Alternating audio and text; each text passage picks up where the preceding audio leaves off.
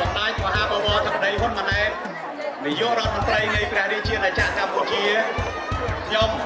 រួមជាមួយនឹងឯកឧត្តមហ៊ុនចន្ទរាអភិបាលនៃគណៈអភិបាលខេត្តកំពង់ចាមសូមប្រកាសបើក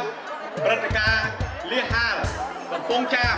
ទម្ងន់5តោនស្មើនឹង 5000 គីឡូក្រាមហើយនឹងចម្ងាយ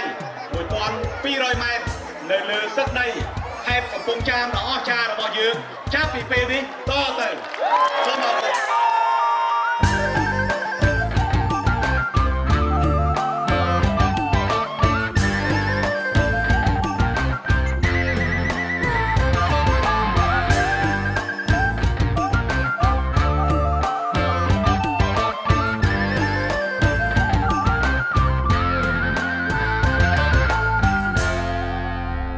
ុណចូលឆ្នាំថ្មី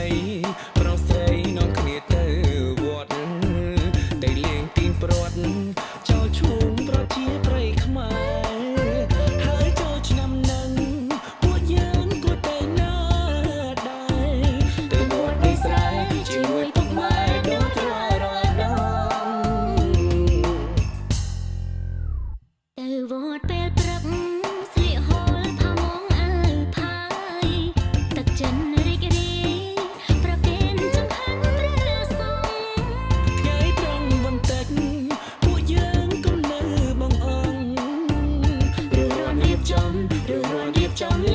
ជាប្រិយខ្មែរហេ